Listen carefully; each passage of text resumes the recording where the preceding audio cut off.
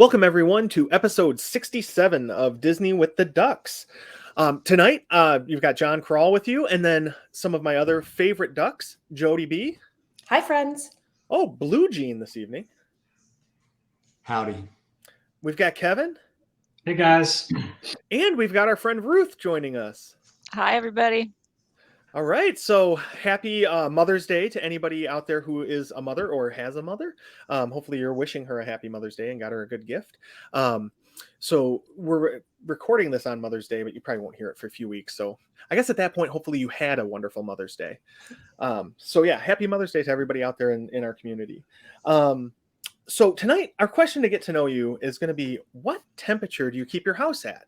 Because right now we're kind of like, in the Midwest anyway, we're transitioning from the cold weather into the warm weather, and you're starting to plan out your energy budget for the summer. So, Jody, what do you keep your house at typically? All right, so Mother's Day is a big date on the calendar in the Midwest because it's a date that we're allowed to start planting for our vegetable gardens and our flower beds and stuff like that. So it illegal across the Midwest? It is illegal across the Midwest to do it before then. So we're zone, Gene, I think you looked this up one time. We're zone 3. I don't even know, but I'm making that up. But the zone that you have to wait. Yes, so it's the zone you have to wait till Mother's Day before you can plant. So that's when air conditioning really starts to turn back up because it gets sticky and tacky and gross outside. So we have this big problem. We keep it about, 70 during the day, but the problem is nighttime. So our bedroom just does not get cool enough because Tim and I like to sleep like Eskimos. So we have this thing called an Uller that is a cooling system for our start the bed cooler, and we have a ceiling fan, and then I'll plug in a fan all the summertime. I'm like green granola girl, except when it comes to summertime heat, then I can't. I have to be cold at night. So wintertime, I'm a much better sleeper because I can just keep the heat down low. But summertime, I gotta make it freezing up there, and it's a tough gig. So yeah. That wasn't a great answer, but no, that makes sense. If you like it not hot, you have to keep the temperature low. So there you go. Yeah. All right. Ruth, what about you? What do you keep your house at? Well, in California, so I live about 30 minutes south from Disneyland. So I live kind of inland coastal. So during the winter, it's pretty nice. So we don't have to use much. But in the summer, it can get really hot, up to 90, 100. So probably we have 2 units. We have like an upstairs unit and a downstairs unit. And Jody, like you, I can't handle sleeping in the heat. So we got the same thing: air fan, standing fan, AC around 68. And then we try downstairs to keep it off because it's so expensive. But my husband works remote, so I come home and we budget for a lot of cool air, which is good. We have a pool, so that helps. You just go out there and jump in when you get too hot. So yeah, it's awesome. Nice. Yeah, the pools are great, especially where you live. You can use it year round, right? Right. Yeah. Here you get maybe 4 months use out of it. It's a real bummer. Yeah, not enough. No. Kevin, where are you keeping your house at? We like Ruth, we have a unit upstairs and down, but downstairs during the day we usually keep it around 72, but at night it's down to 68, just to try to save during the day. But in the wintertime, it basically just put it on the heat, and then whenever it gets below 68, it'll warm up. So 68 is kind of the magic number here. So seems to be pretty consistent across the board so far. Yeah. All right, let's see where Gene's going though. Yeah, so my wife years and years ago, just started being hot all the time, and 67 degrees. Oh, you married her. She will wake up in the middle of she'll wake up in the middle of the night, and it's like, she feels a disturbance in the force, has felt that, somebody's moved the air a degree. Like literally, she's like, it's hot. Is it hot in here? Is it hot to you? And I'll go look, and I'm like, no, but I'll kick it, I'll move it down to 66 for a minute, to kick it back on or whatever. In the wintertime, very often she'll just shut the heat off. We'll keep it on 67, but she'll just shut it off, and Millie and I are freezing to death. Anyway, I was hanging from our noses, it's 60 degrees in our house. Please, for the love of all things holy, can I turn some heat on? But Put yeah, on more clothes, Gene. that's it. She said, just hush your mouth and bundle up. That's Yep. basically what I'm told. But yeah, so that's how it is here. Amelia will come in from being outside. We're in Louisiana, so it warms up pretty quick here. We're in the 80s, the high 80s this week. We've hit the 90s probably last week a little bit. But Amelia will come inside. She's like, holy cow, it's freezing in this house, and just because maybe in the morning or the middle of the day, it's not quite as hot. But yeah, it's cold here. And I did get in the pool for the first time today. So that's kind of cool. I cut the Nice. grass and jumped in the pool, and it was a little chilly, but it's still nice, and it's going to gradually get better and better. So I'm sure it was refreshing after cutting the grass. it was Yeah. refreshing. It was very much so. Our pool doesn't open for another 2 weeks here. Our subdivision opens. You'll have a law there Memorial too. Day. Yeah, it's like, because it's like right now it's hot, right? And we could be in the pool, but yeah. So we're not. But Memorial Day weekend, only 2 weeks away for us right now. So my excited kids about usually when they were younger, they would start swimming sometimes mid to late April. My daughter spends a lot of time out in the sun, and she gets in the pool all the time. She won't get in and stay in the pool, but she'll get in and cool off and get back out, and has been doing that for several weeks now. Oh, that's awesome. Yeah, I'm excited for it. But for us, like, we usually keep our house in the winter around 68. I try to knock that down a little bit because I don't like the heat either. But then at night we bring it down to like 66 or 65. And then during the summer, because air conditioning is so expensive, we keep it up at like 71. But my basement gets, because in Michigan we have almost every house has a full-size basement, and those get super cool. So my basement is freezing right now because the air conditioner has been on the last couple of days. So yeah, so it's interesting. But yeah, our top floor, it gets a little bit hot, but my bedroom is on the main floor and the kids' rooms are upstairs. So they're a little warm. They can turn fans on.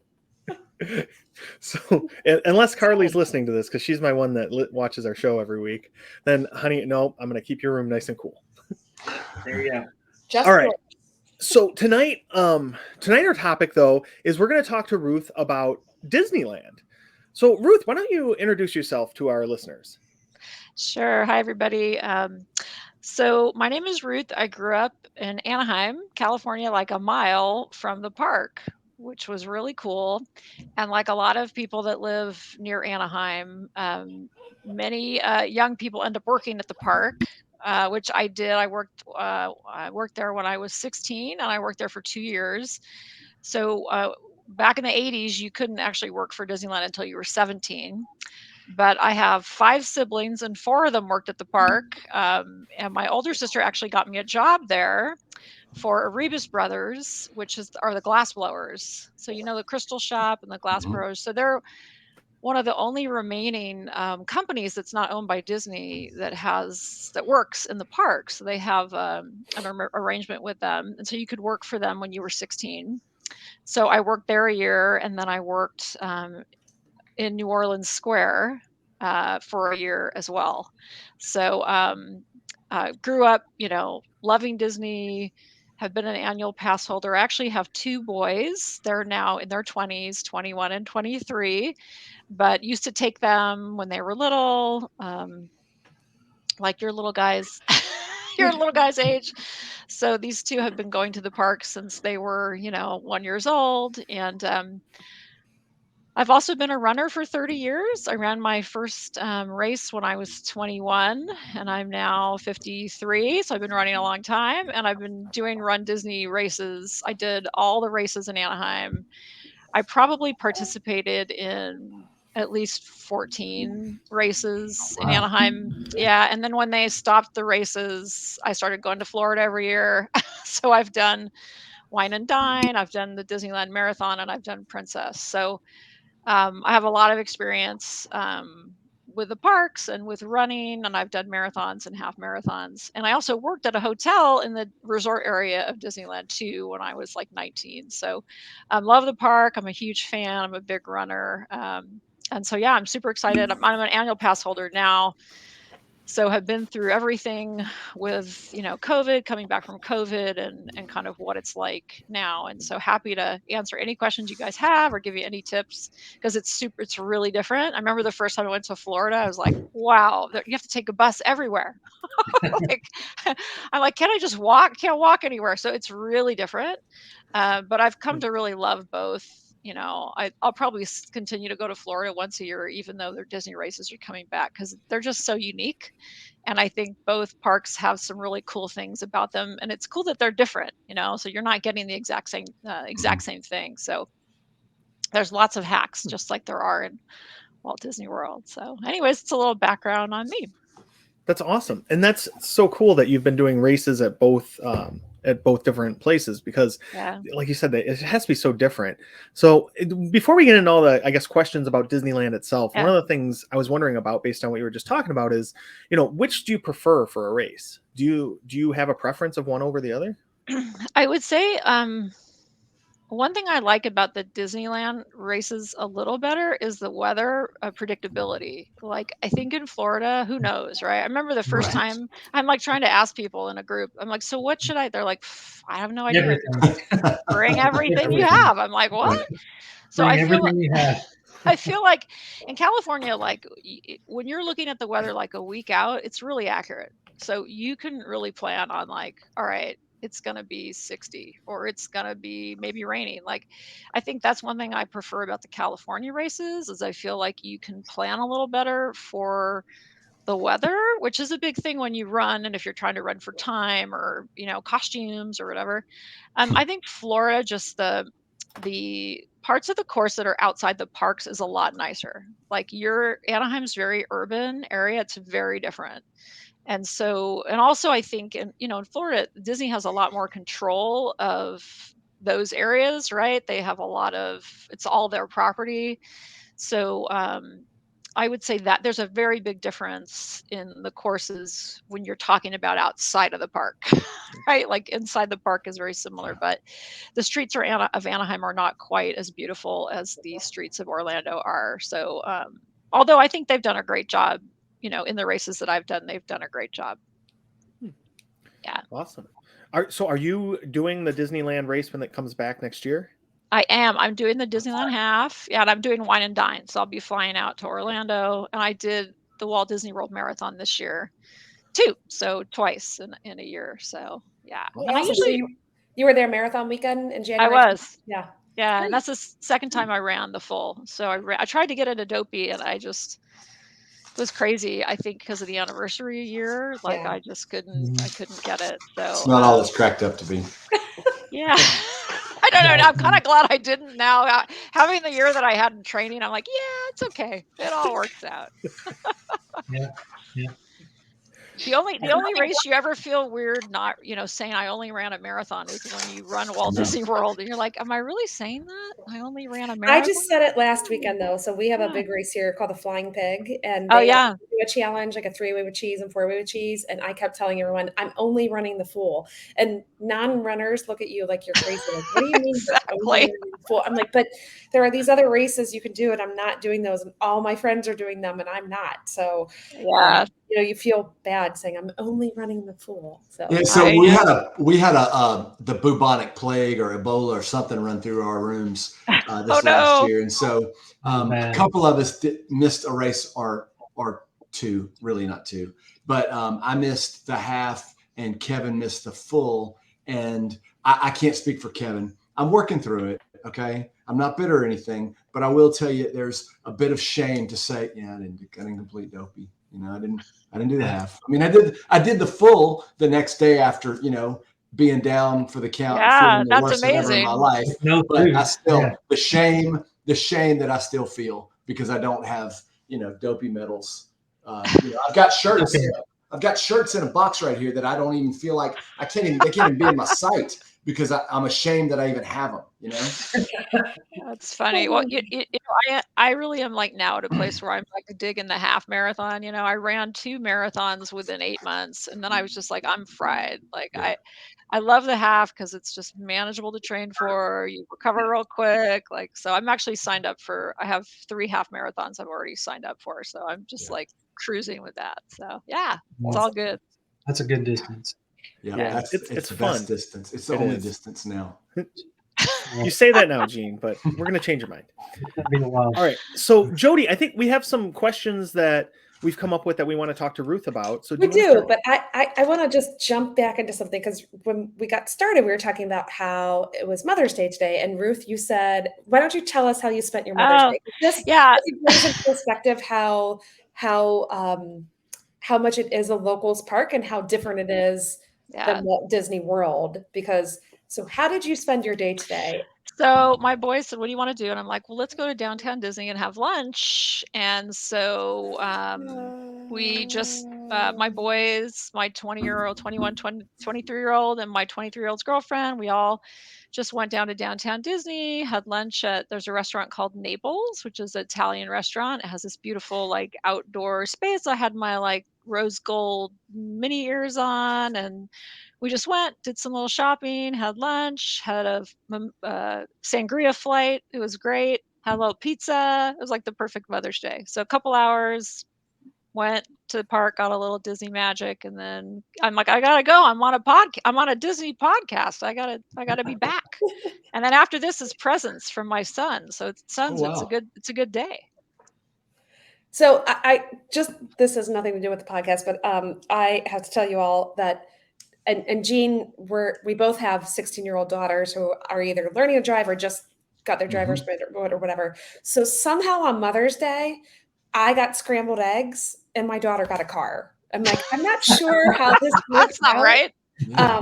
I mean, I realize that her driving is going to help me because I don't have to drive her around to all the 8,000 places. But I'm like, I'm not sure You're like, I how don't this know. worked out on Mother's Day. That I think that might be the gift that might keep on giving them. Yeah. I can't wait for that day. yeah. So It I is just nice. It I is was nice. Although the first year you're like, what are you doing? Where did you get there? Are you okay? Like Yeah. the first year of your kids driving is like a little Oh, we've got this device that tracks everything, her speed, her where she is, everything. Yeah, nice. it's crazy. So poor kid, she's gonna Yeah. like I know. So kids these days, though, they can't get away with any of the stuff we used to do, no, which is good and bad because you have to test those limits a little bit. Yeah. What's funny about that is we got Life 360 is what we use to track kids, whatever. My son would always disable it, or he'd go, I don't know. I mean, I turn off my internet because I get bad service, and I don't know what happens. And so we had that to deal with. He doesn't live. He's out. I can't hear you. I can't hear you. What? Right. So my daughter, though, last night we had a surprise party for her. She turned 16 Tuesday, and so we had 30 kids there, and she ended up being surprised. We were worried though because on Life 360, she's called me before and said, "Dad, are you okay?" I'm like, why are you worried about me for? I said, because I just see you kind of going around in a circle on Life 360. Because I'm at the park running. Go to school.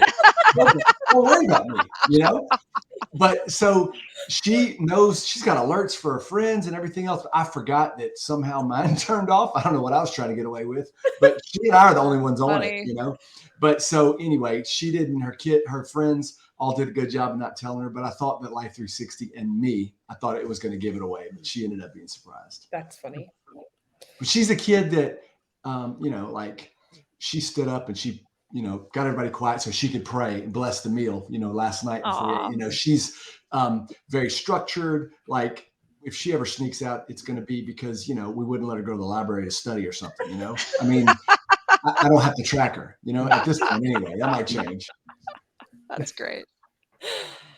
Oh, parenthood. It's not for the weak. Okay, so let's get back to California. So I know we touched on I think it's so incredible that you've grown up going there and it's been pretty much in your backyard. One of the things that I find so intriguing is it really is a locals park, so on average, and I'm just going to ask you to throw out a random number here. How many times a year do you think you go to either downtown Disney or into the parks or in the greater Disneyland area? So I think it all is driven by how close you live, right? So I'm about 30-minute drive right? So about 20 miles. So, and I got a big job, I travel. So I go maybe once or twice a month, right? A lot of pass holders go a lot more than that. Like my sister lives in Orange. She's about 15 minutes away. She probably goes 4 times a month. Some people go a couple times a week. There's a few crazy people that are there like more than that. So it kind of just depends on what kind of pass you have. And I think proximity is a big deal, because if you're 10 minutes away, you can pop over and have dinner, and then just, it doesn't have to take a lot of time. I do think, we are using the park reservation system, and there's a whole like hacking that when you're a pass holder, because even I have the highest level pass. And even with that, like, you'll see a weekend and it's not available, and you got to keep checking. And then the day before, you may get in, you may not get in. So there's a lot of like getting into the park hacks now with the reservations, which are kind of a bummer. I think um, we're really hoping that, sorry, Magic Key holders, we're really hoping that the reservation system goes away, because it is it makes it challenging, especially when you have that highest one, where you're like, I've spent a ton of money. I'm supposed to be able to get in 300, and I think it's 52 days. There's blockout dates now, even at the highest level for our passes. Yeah, Christmas, the week of Christmas and New Year's is you have to pay to get in. Disney. I know, right? So, and you can only hold, there's a whole bunch of rules. I'm sure it's similar, right? You can only hold 6 dates reserved. And if you have 3 dings, and then they don't let you make a reservation for a month if you don't show up. Wow. Yeah, Wow. Whoa. there's a whole like learning how to, it's like Run Disney race registration, right? Like they tell you officially what you can't do, but if you want to get in, you learn from other folks how to do that. So Wow. same kind of thing. Yeah. Wow. So that kind of, talking about getting into the park and things, that brought up one of the questions that, and Kevin, I don't know if you have your questions in front of you, but one of the questions that I think we were all talking about, so at Walt Disney World, there's a big debate whether to even bother to get the park hopper or not, because you can't park hop until 2:00 p.m. at this point in time. This is now May 14th, 2023. So when we go back and look at this episode, you can't park hop until 2 p.m. So some people are like, well, it's not worth me to get a park hopper then, because, my day is kind of half done. And if I go back to the resort and swim and then go back for dinner, why do I need a park hopper? Especially on a race weekend. Yeah. I would say But couple what things. about Disneyland park hopper? Yeah. So I think it depends on how many days you're going to be there. So if you are not going to be there many days, I would say yes, because you can park hop at 11. And also, depending on where you get reservations, the parks are walkable. You can you walk across the promenade and you're in another park. So it's really different. It's super easy to go in and out of the parks. They're like right next to each other. So if, say you're trying to make a dining reservations go crazy fast at Disneyland, there are not as many restaurants. So you've really got to know what you want, and you got to really like prioritize what you want. So they go super fast. So I think if you don't have a lot of time, I would get a park hopper, because that way, maybe one day you get Lamplight Lounge, and that's in California Adventure, California Adventure Park. And then, but you also want to do something in Disneyland. Like, I think it's worth it if you don't have a lot of time. Now, if you're going to be there a week, you probably don't need to do that. And you can go all day. But I'll give you an example. I've taken my nieces and nephews who are not pass holders, and I typically for their birthday we get a park hopper, because we can just do a whole lot more. And because you can hop early, there's lots of options, so I think it's worth it if you have limited time to spend the money to do it. Well, in speaking of time, I know it's a smaller park, and both parks are smaller than their Disney World counterparts. But how much time would you recommend for a family coming there for the first time? I mean, is it like a 2-day park, a 3-day thing? I think that, also depends on, I would say depends on what hotel you're staying at. If you're staying at one of the Disneyland hotels, I would try to stay longer, because being in that bubble, they're really, especially like the Grand California Hotel is awesome. And you don't want to just be in the park all day if you're going to spend that kind of money to be in that property. So I would say 3 days would be great if you've never been. And that way you can like take a break, especially if you have younger kids. You know, it's also super easy to like, I'm tired, I'm gonna go walk to the hotel and just chill. And then my kids aren't, crabby and they can stay out later. Like when my kids were young, that's what we would do. Even though I'm a local, I would get a hotel. I've stayed at all 3 Disney property hotels as a local. And that was like the most fun, relaxing vacations. When we stayed there, I took a break, the kids could chill, and then they were like great, and you could stay out late. So I definitely think that a little bit longer makes it more relaxing and fun. And also just gives you a chance just to not totally burn out. And if you're going to run, you're definitely going to want that because like Orlando, they're super early, you're getting up Mhm. crazy early and it's nice to have a little bit of a break. One of the tips that you and I were chatting about is being a little careful about where you stay if you choose to stay off property. Yeah, I think the vast majority of us for the upcoming race in January, and I'm not trying to make this just be about a running show because I know other people are wanting to go to yeah, Disneyland just yeah, for travel, but I think a lot of us are staying at the Howard Johnson because it was yeah, recommended by some Yeah. friends of ours. But you yeah, gave a really good tip that I wouldn't have thought about at all about being careful with like Airbnb and stuff. Would you like to share that? Because I yeah. didn't know about this. So Disneyland, uh, it's the great thing is I think now there's so many amazing Disney bloggers and Disney influencers that you can, if you did a Google search on best family places to stay near Disneyland, you're going to get a lot of good content. So it's really not hard to find good hotels. And my rule of thumb is like, you want to be in walking distance of the park. You don't want to have to drive. Parking's just $30. I mean, it's ridiculous, right? So you want to have the ability to either take a shuttle, an Uber. Most hotels that are local have some sort of transportation. So you want to be in walking distance. You want to be in a safe place. Um, there are, if you go a couple streets one way or the other, you're kind of in a different neighborhood, which you probably are, is going to feel very not like Disneyland, right? Um, and also Airbnbs, I've heard really hit or miss with them in Anaheim, right? Same kind of thing. Like, um, I mean, my dad lives in Anaheim, so there's nothing wrong with Anaheim, but it's a little more of an urban city, and there are parts of it that are really nice and parts of it that you probably don't want to stay in. So there's a lot of hotel properties that are really great that have accommodations for families, right? That have 2 rooms, that have bunk beds, that have, full breakfast being offered. So just do your homework if you're going to stay in a good neighbor hotel.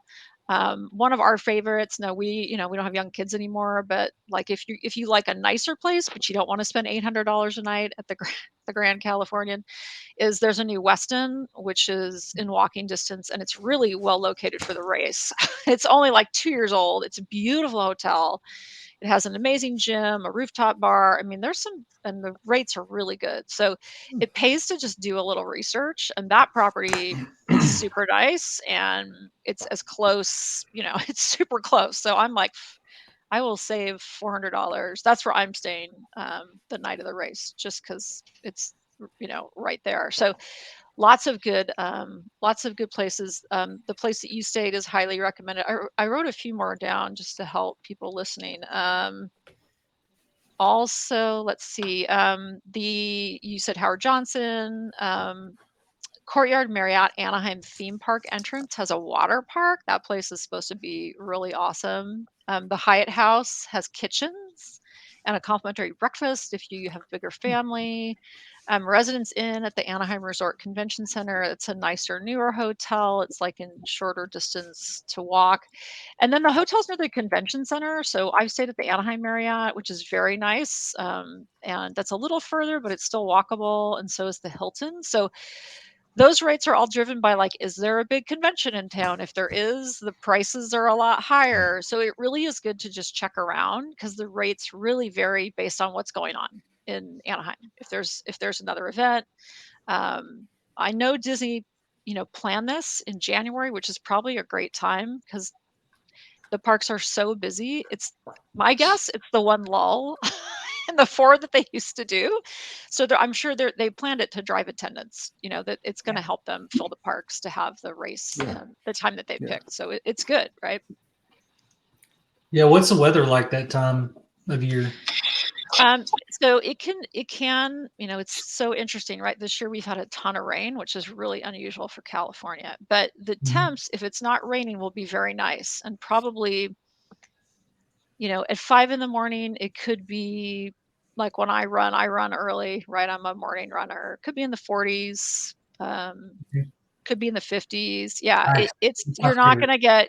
gonna get heat and humidity in January in Southern California, right? You might get rain, but fingers crossed it'll be more like those cool temps. And like I said, a couple weeks out, you'll probably be able to gauge as you're getting ready to come out here. You'll be able to start checking the weather and get a pretty good sense of how it's going to be. Awesome. Yeah. All right. I have more of our questions written down. I'm not trying to drive this, but John or Jean, ahead. before I Go ahead. go with any of these, do you guys have any? No, you're good. No, Right ahead. nice to meet you. Yeah. Okay. I just had jokes, but I'm gonna hold them. So one of the things, because we don't get out there as often, Right. can you share with us some like must-do attractions that Walt Sure. Disney World doesn't offer, or maybe they are the same attraction, but they're just so different in one area compared to another that you think, like, I kind of have some in my mind that I would like, but do you have any Yeah. suggestions for Yeah. things that you would do? I have a couple for both. So for Disneyland, you definitely, so the cool thing in January is that they will probably have the Christmas overlays still up. So Awesome. the small world is amazing. And it's been so cool. Every time I've done a January run, I used to do Tinkerbell in January. They'd have the lights of the exterior facade, which is incredible in California. And it's just amazing. So definitely you want to do any holiday overlay, and then Haunted Mansion holiday with the Nightmare Before Christmas. Those two are really unique, and the mansion's totally a different style mansion than the one in Florida. So it's cool. It's like same concept but different, totally different. A few that uh, Pirates has a really different facade, and it's very cool. It's probably one of my favorite rides, probably Haunted Mansion and Pirates. I think because I worked in New Orleans, but they both, and New Orleans Square is also unique, right? There's no New Orleans Square in Florida, and it's a really special, unique place that Walt really, that was like important to him, the whole story of that park and him being so inspired. So it's really, really neat. I also think Peter Pan, which is a classic Disneyland ride, is very popular, and also doesn't have a large seating capacity, so a long line, but it's very different, right? So that would be one. Alice in Wonderland also is something that Florida doesn't have.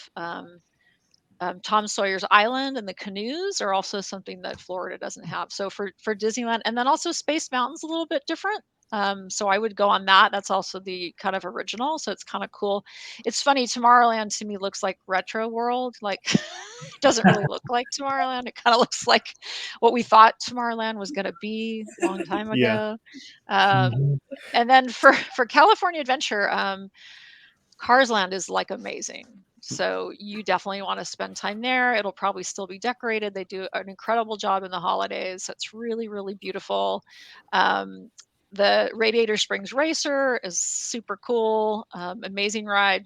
That one has a single rider, which is great. So if you don't get a Genie Plus or a Lightning Lane, you can single rider that one, which is great. And it goes pretty fast. And Credit Coaster is really fun. And that one's really fun at night in particular. So if you go on that, go on at night because you get the lighting effect. And it's themed to the Incredibles, which is really fun. Guardians of the Galaxy Mission Breakout is awesome. So that's the one that was Tower of Terror before, so rethemed. And then just in Cars Land, they have like the Cozy Cone. This isn't a ride, but it's fun. They have like these little like snack stations with all the cones like they do in the Cars movie. So there's just some really original things, and they're doing a lot of new things right now. So they're rebranding the pier to, I forget the name of the movie, but when you guys come out Big there, Hero there's 6. Big Hero 6. yes, Big Hero 6. Yes, Oh, you're I right. forgot about that. That's cool. Yeah. Tokyo. So that'll be done. That'll be done in January Awesome. for sure. Yeah. So so yeah, and then also in Disneyland they have Toontown, right, which they don't have in Florida. So now they have Mickey and Minnie's Runaway Railroad, which I know you guys have, but they also have a Roger Rabbit ride, which Huh, is also that's unique. So cool. that's kind of fun. Hmm. Yeah, yeah. So All lots of right, really neat Kevin things. and Yep. Jean, here's your chance. What do you want to ask her? Come An on, So overlay Jean.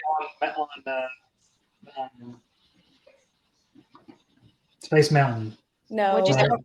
What were you going to ask her about that place in our Hollywood studios that you both? That too, yeah. Galaxy's Edge.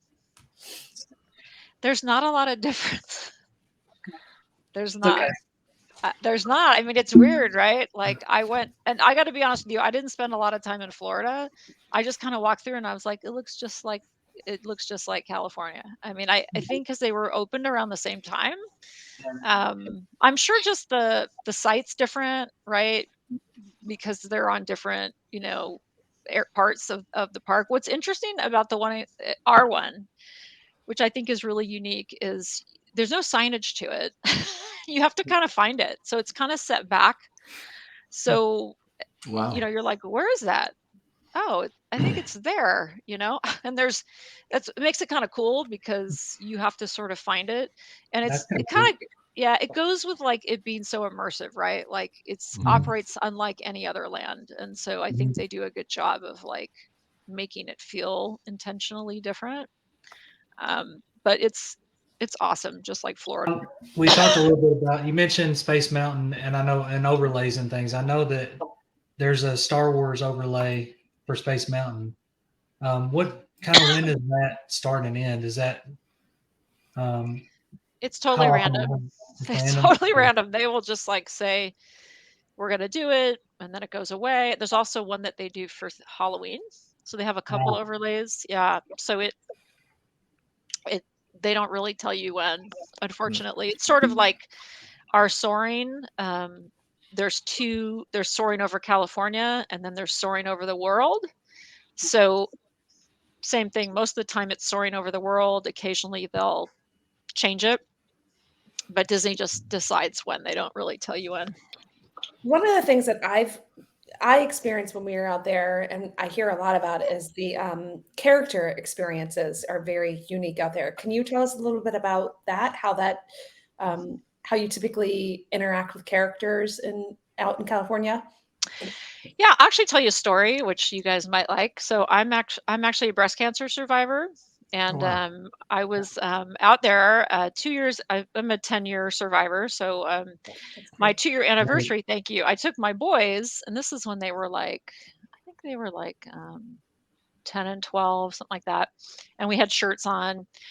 And so there was a character meet and greet for like the Winnie the Pooh characters. And so Tigger saw my shirt, and it was like amazing. He like gave me a hug, and he was like, interacting with us without saying anything, like just amazing. Like I just was like, so they're very engaged. And when you stand in line, it's not just like a picture. It's like they Mhm. really interact with you, with kids. Mm. It's really special. And so it's really worth it to like stand in line and get that experience. And so you might wait a little longer, but you get, it's worthwhile. It's worthwhile because the characters really, they don't just take photos. And this was something they did before, and then with COVID, it slowly came back, and now it's back to them kind of, them doing that, which I think is great. That's great. Yeah. So I'm going to pivot real quick because we're talking about characters and ask you a Run Disney Disneyland race question. Sure. So in Disney World, when we're running, you queue up for the characters on the course. And oftentimes you don't know who they are until you run past them. And then you have to be the salmon and swim up water to get back in the line to go get your picture taken with them. And it is a quick picture because it's a race, right? They're Right. photo go, photo go, photo go. Given the fact that a lot of the course runs outside of the park in Anaheim proper, Right. how are the character interactions on the races? So, of course, the last race was 2017. So I'm just going to tell you what my experience was, when we did that. So they definitely had, I would say they had more character stops in the parks, right? Because of that. there were definitely more within the park. And then they would also set them up on the backstage, right? So on property, but in the backstage area, there would be characters too. So you might be backstage and stop. And they would set up sometimes they'd have floats. One of the things they would do in Disneyland is they'd have floats or different, things that they use in parades, and they would use those as sort of opportunities to stop and take a photo. And they did a great job having employees out. So there'd be employees out, the janitorial staff is like cheering you on. And they used to have a stable, used to have a little like petting zoo in Disneyland. They don't anymore, but because of Galaxy's Edge, but the animals would be out. So they really try to give you the same experience. I think it's just not going to be, on Harbor Boulevard that you're going to see a character. It's going to be contained within the property that they own. And what they did do is they would have all kinds of volunteer, high school cheer squads, and they had like mariachi band, and they'd have dancers, they on the course itself, they would have other entertainment. And I don't know if they're going to do this, but before we would run through Angel Stadium, which was cool. Oh, that's No, So awesome. you that's cool. you That's do awesome. if they brought it back, it'd be awesome. So you actually get to run on the field, and the jumbotron's Wow. up, and you'd see yourself, and then family could come in the stands and spectate. So for many years, one of the races had that, which was really fun. So you get to go in the stadium and do kind of a lap. And then, yes, That's cool. hopefully. Yeah, that would be amazing. So cool. Oh, another thing they used to do, which would be fun if they brought back, is as you were coming towards the stadium, they would have a row of like classic cars, kind of cars, Cars Land themed. And at the very end would be like, Mater and what's his name? Lightning Lightning McQueen, that's his McQueen. name. So, and then all the car enthusiasts that had classic cars would come out, and they'd have Disney stuff, and you could stop and take a picture. So Run Disney did a good job, like, working with the course and trying to create entertainment, on the streets and kind of create that same vibe. It's just it's a different vibe, but I thought they did a really good job at it. That's awesome. Yeah. All right. I feel like I'm like Well, I have a asking- question. Okay, Yeah. thanks, I'll John. jump in with one. Okay, so I love mint juleps, and I've heard that there is a mint julep in the New Orleans Square. Where can you get that, and how is it? Is it delicious? So it is delicious. So it's interesting. They are remodeling. It probably should be open in January, but French Market is being reimagined as Tiana's. I forget the name of it, but her cafe. Mhm. And so before this remodel started, there was a mint julep bar where you could get a mint julep and beignets. So beignets is like absolutely something you want to try when you're at Disneyland. They do sell them in downtown Disney at Ralph Brennan's Jazz Kitchen. They have a separate, which has been redesigned, which is beautiful. And they have a beignet line. So for some reason you can't get in the park, you can actually get in the beignet line, and they're really fresh. They actually make them at the restaurant. So you actually want to eat them there because they're awesome. And you want to eat them right when you get them because they're Yeah, hot, just like they yeah, are you in New do. Orleans. They're like incredible. So the mint Wow. juleps are really good. And I don't know if they're serving them now, but I'm sure by January, probably the French Market will be done. I mean, that's how many months from now? Hopefully 6-7 months. It'll probably be open again. But yeah, the beignets are definitely something. Another great food item is the Monte Cristo sandwich, which is incredible. So you can get that. There's a couple of restaurants in New Orleans. There's the Blue Bayou, which is incredible, which is in the Pirates ride. If you can score a reservation for Oh. that, it's very spendy, but it's awesome Yeah.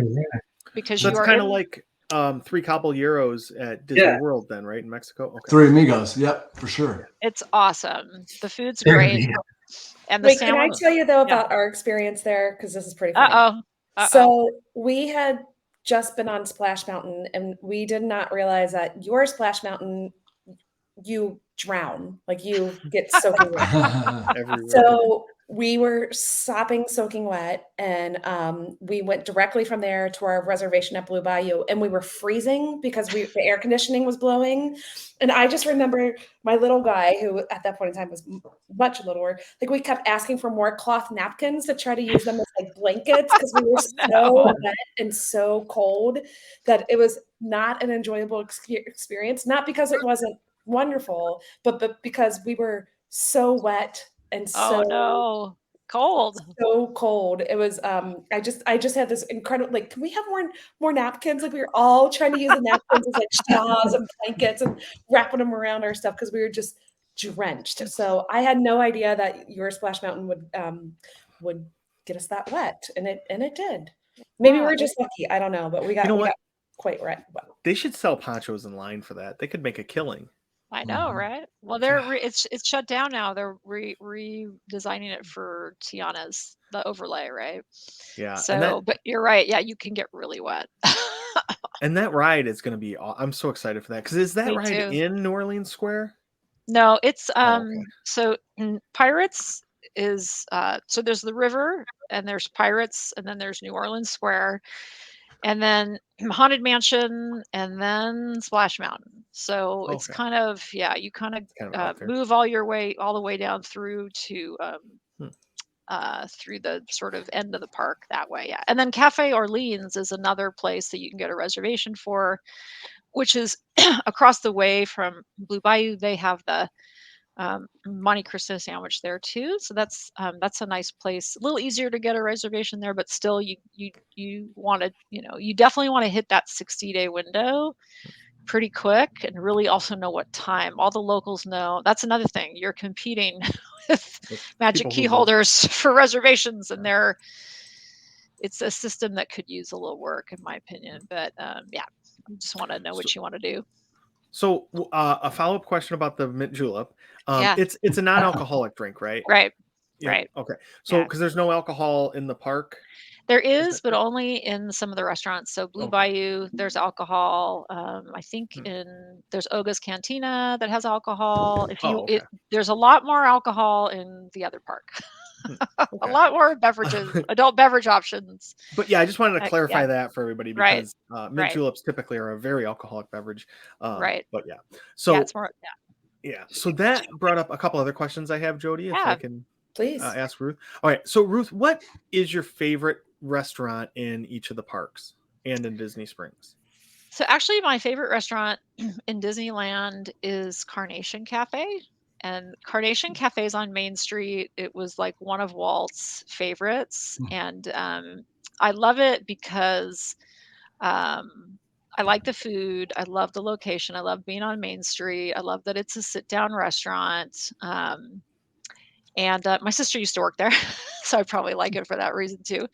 So that's probably my favorite in Disneyland. Another great one that you don't hear about, which is awesome, especially if you don't have a reservation, and it's like fast casual. It's called Rancho del Zocala, and it's Mexican food, and it's really good. So California is the place to get Mexican food because we have a ton of great Mexican food places. It's in Adventureland, and you also can't mobile order.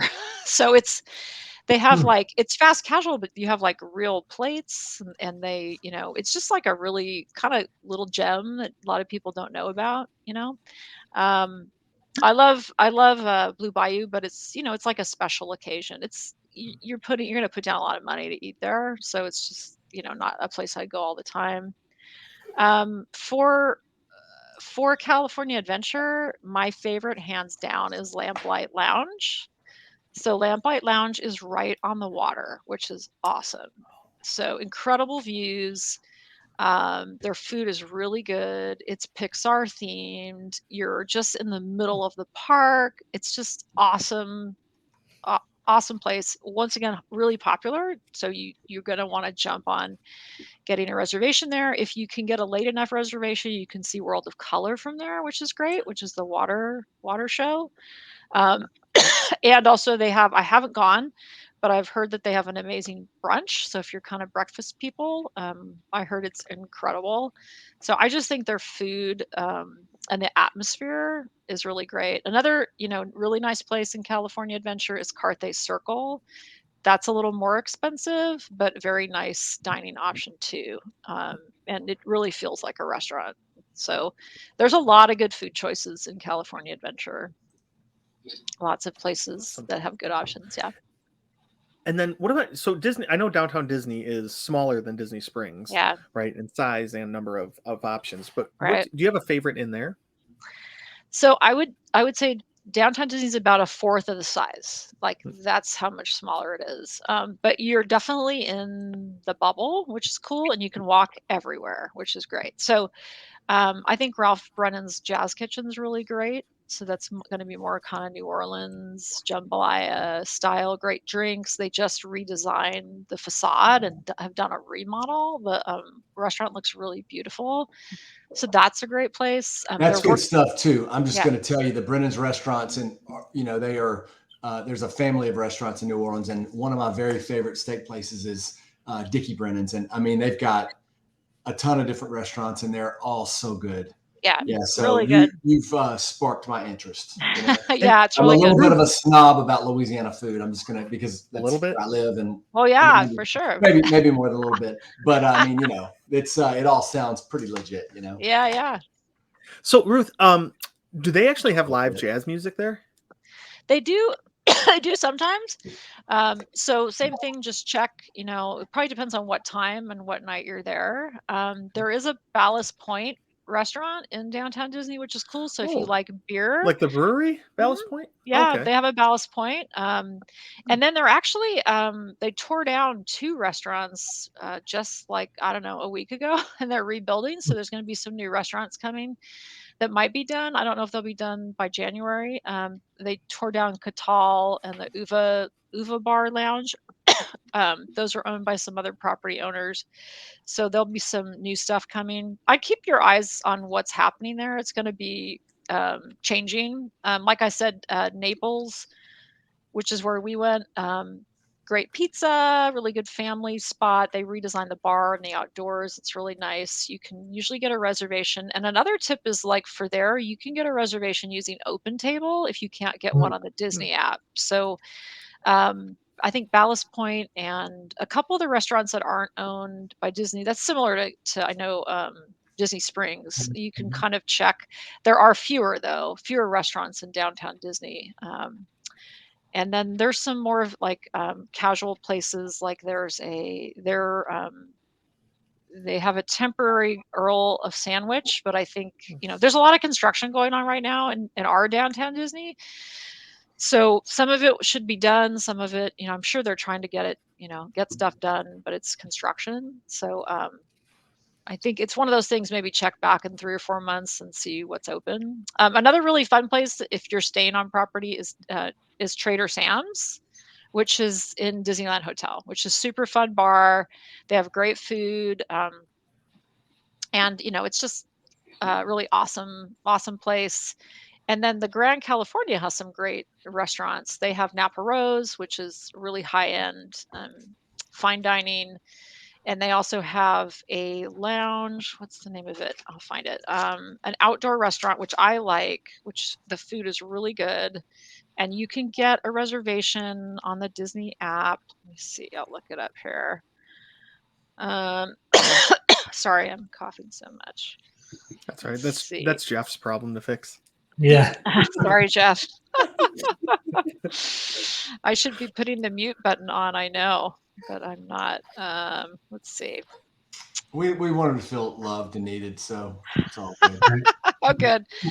It's called GCH Craftsman Bar, and it's really nice. It's like all outdoors. A lot of times they have like live music, and their food's really good.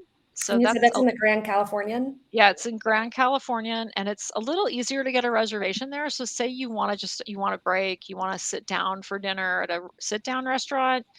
And the cool thing in Grand California, they have their own entrance to California Adventure, to the park. So they have this cool little entrance. And if you eat there, a lot of times, even if you're not a guest there, you can just get in there and like avoid the big line, which is kind of cool. So yeah, that's a nice little hack for like a lot of place people don't really know about. As long as the weather's nice, it's covered though. It's right by the pool, so And Awesome. then definitely have a churro when you're in California, because the churros are the bomb here. Like we are known for the churros, and usually there's all kinds of themed dipping and like all kinds of choices. The app will tell you like where all the carts are, and so that's definitely like a Disneyland snack that you must have, that you want to have when you're here. Good thing we're running, because I'm Yeah, gonna. no doubt. Yeah, right. You have to burn off all Seriously. those How extra many calories. churros Yeah. can I eat after I run? Yeah. There's also like a Buca de Beppo's not too far, near kind of Mhm. off property, if you want Italian and you have a big group. There's also a Target and a Big Five. One year I forgot my shoes, and I'm a local, and I'm like, oh no, I don't have my shoes. So I ran to Big Five and got a pair of Asics Kayanos, and I was all set. So yeah, Nice. some nice, really local things. Like if you forget stuff, that's another nice thing about being in like more of a urban. A lot of stuff really close. So one of the questions, we talk a lot about Genie Plus and the advantages and disadvantages of that. Well, the disadvantages, the price factor, but the advantages of being able to stack things and get so much done. And because we all, in general, don't get out to California nearly as much as we would all want to, I would think. Um, have you had experience using Genie Plus, and do you think it would be advantageous for us to look into it while we're out there? Absolutely. And I've gotten it when I've taken, when I just use my pass, I don't get it. But when I'm taking like my niece or my nephew, I absolutely get it. And I think the key is go to the parks early, like you would in Florida, right? Like if you get there at opening in 3 hours, you can get on 7 rides. And so it's Wow. totally worth it. I think it's totally worth it to maximize your day and not be standing in line all day. And I think the key is you got to leverage those morning hours. You got to know what you want it for, right? Like the most popular rides at Disneyland, like if when you go into the park, you really want to. I would say the things that get a long line immediately in Disneyland are Space Mountain is one of them. Rise of the Resistance is the other one, and the Does third it one break a is lot? not anymore. And you did in the early days. I remember Just for you, Gene. the Just first for time you. the Oh, first Yeah. time God. my son and I tried to get on it. It was like we got a virtual queue. We got in line, stayed in line, got kicked off, came back, it broke. So like I think it's gotten a lot better, but I would say right now it's Space Mountain, Indiana Jones, Rise of the Resistance, and Mickey and Minnie's because it's new. Mhm. So I think whatever you really want to go on that you haven't gone on, I would do first. Indiana Jones is a good one to do early because by the afternoon, all of those will be long. I think hacks for Disneyland are when there's depending on what they do in January, they'll probably still be doing we do have a nighttime parade, which is cool. So, and that's a Oh, great time to go on rides, let me tell you. And later is also great, right? Because people go home, the locals go home. Most locals aren't there till midnight. They roll out of there. So early, late, you're going to be able to get on those kinds of things a lot faster. And in the California Adventure Park, Radiator Springs is super popular. That will get long right away. We have a Spider-Man ride which is also Web Slingers. That one's going to be popular in the morning. Um, that's another one that's still pretty new. Guardians gets really, really crowded. So another single rider in California Adventure is the Incredicoasters. So you can single rider that. Cars Land, you can single rider. I think you can single rider Space Mountain now too. So it's always Wow. good to check that, because depending on how old your kids are, Mhm. sometimes you can do that. Incredicoaster is my favorite. I love it, but It I yeah. love is the fun. Incredibles. So, That's fun. all right. So that Mhm. we've talked about food, we've talked about Genie Plus and rides. Can you just give us a quick? I know that the nighttime shows are a little bit different than and we probably won't get a chance to go to all of them because we have to go to bed because of Yeah. recess and get up and all that stuff. But I know a few of us are coming in either early or staying late. So can you kind of tell us the Disneyland evening thing Yeah. So and your Yes. recommendation of favorites? Yeah, so I think World of Color is like a really unique. And if you were gonna pick between that and Fantasmic, I would probably pick World of Color, And to be World of honest. Color is at California California Adventure? event, yeah. It's just amazing. There's an amazing Ferris wheel. And so there's the like water light show, but also the whole aesthetic with everything there is just incredible. And they show it now. I don't know in January. Once again, a lot of the stuff is weather permitting, and but usually they show it twice a night. And then Wow. Phantasmic's off the river, kind of near. They shoot it from, or they Tom Sawyer's Island is kind of where they have some of the equipment, and so that's kind of on the river where New Orleans is. It's also really fun to see if you've never seen it. I don't know if you guys saw in the news, the dragon burned. It's like horrible. I think the live dragon prop's gone. I think now we're going to be using the technology instead of that. But and then they have a really great Christmas parade. So really fun. It's definitely worth seeing when you're there. Really, really fun. So that'll be in the day, and then I don't know at night. I guess we'll have to see what kind of entertainment they have. But I think early January, a lot of the holiday stuff's going to be up. The decorations are going to be up. They have a beautiful tree, and the main street on Disneyland's interesting. It's a lot smaller, but the forced perspective, something to notice when you come in the park, is the intentional forced perspective of the architecture is really cool. So if you kind of read about what they did, it looks a lot more it looks longer. It has this the way that it was designed was very intentional. So kind of reading up on the park design, it's pretty interesting when you do a little of that research when you come in. There's something really kind of intimate and really awesome about it. And also California Adventure has been redesigned. So it's much more, it feels a lot more like a Disney park now when you enter the park and you're kind of walking through it. It really, it's a great park. And a lot of people like that park as much, if not more than Disneyland. And I've really Yeah. loved it. I love both of them. Yeah. Sorry. No, I was going to say, Kevin, did you hear that? It's force perspective. So they use the force for this. Is that?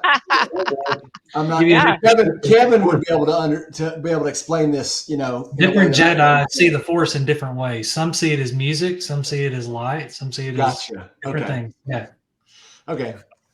different perspectives. Can't get anything by me. I feel like you've given us a lot of great tips and tricks and information. Is there any, you've kind of given us some local perspective, but is there anything else that you would say, this is one of my ultimate tips that you all need to know before you venture out to the West Coast? I kind of feel like, I'm looking here. I feel like we got it covered. I think that,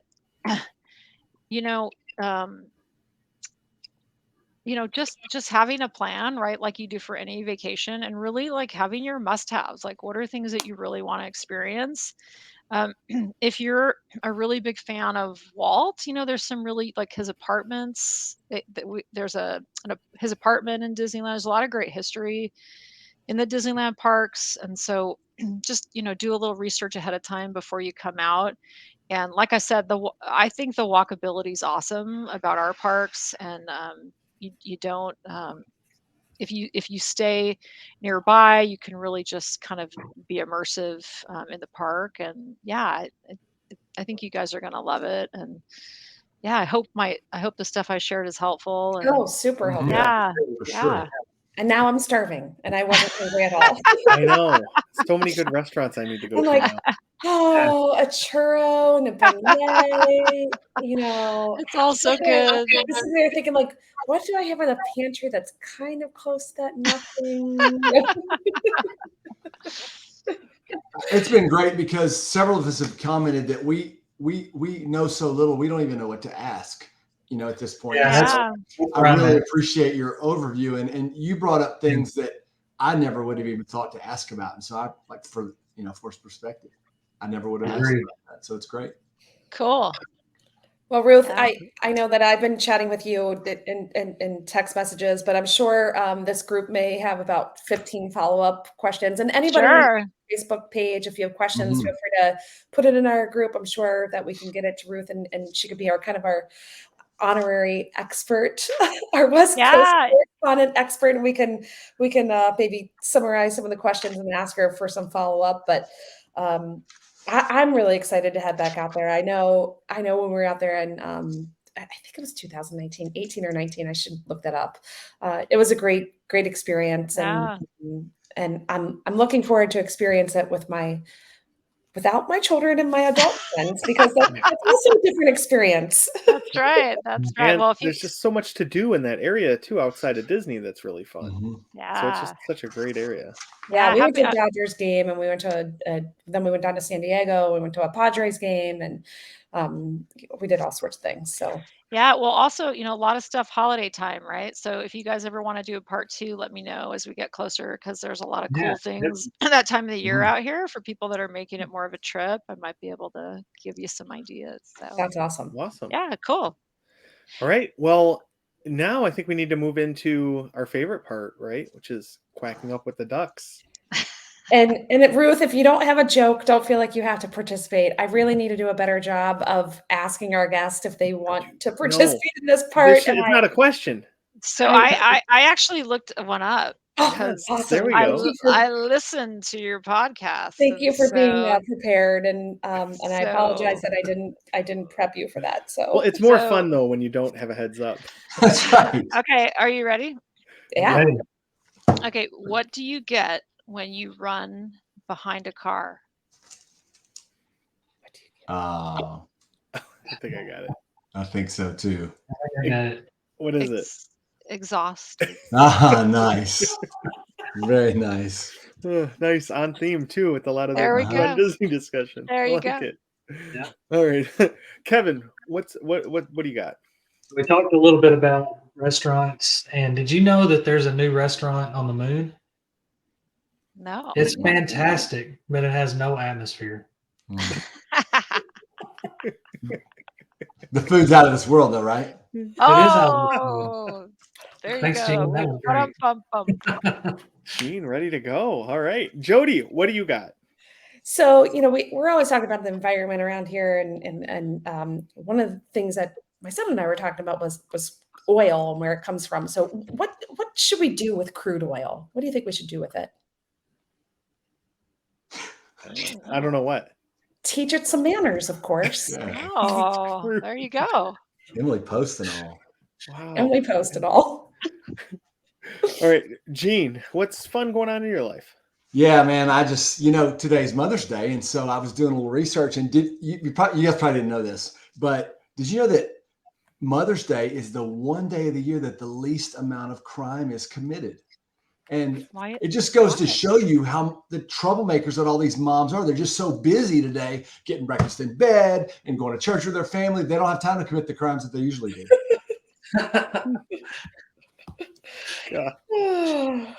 Apologies to all the moms out there that may be listening. As Gene is painting you as all criminals. Degenerates. All right. Well, we were talking earlier about just the weather change, and it's becoming spring. So it's Mother's Day here. That's usually when our family, we do a lot of our landscaping and start prepping our garden and stuff. And I love reminiscing about the beautiful herb garden I had when I was a child. Good times.